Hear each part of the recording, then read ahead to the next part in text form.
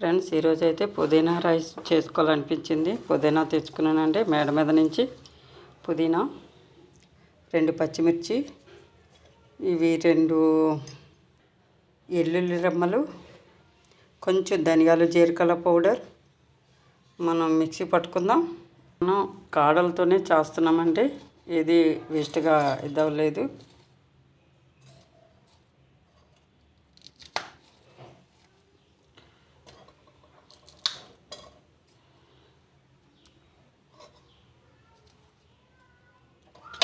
Mixie పట్టుకుందాం.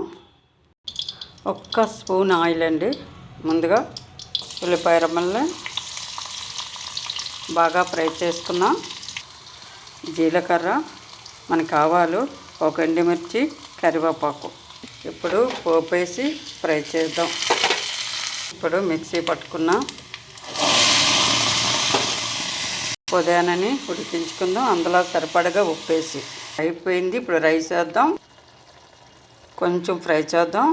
పుదీనా rice అయితే అయిపోయింది ఫ్రెండ్స్. లైక్ చేయండి ఫ్రెండ్స్, సపోర్ట్ చేయండి ఫ్రెండ్స్. బాయ్ అండి.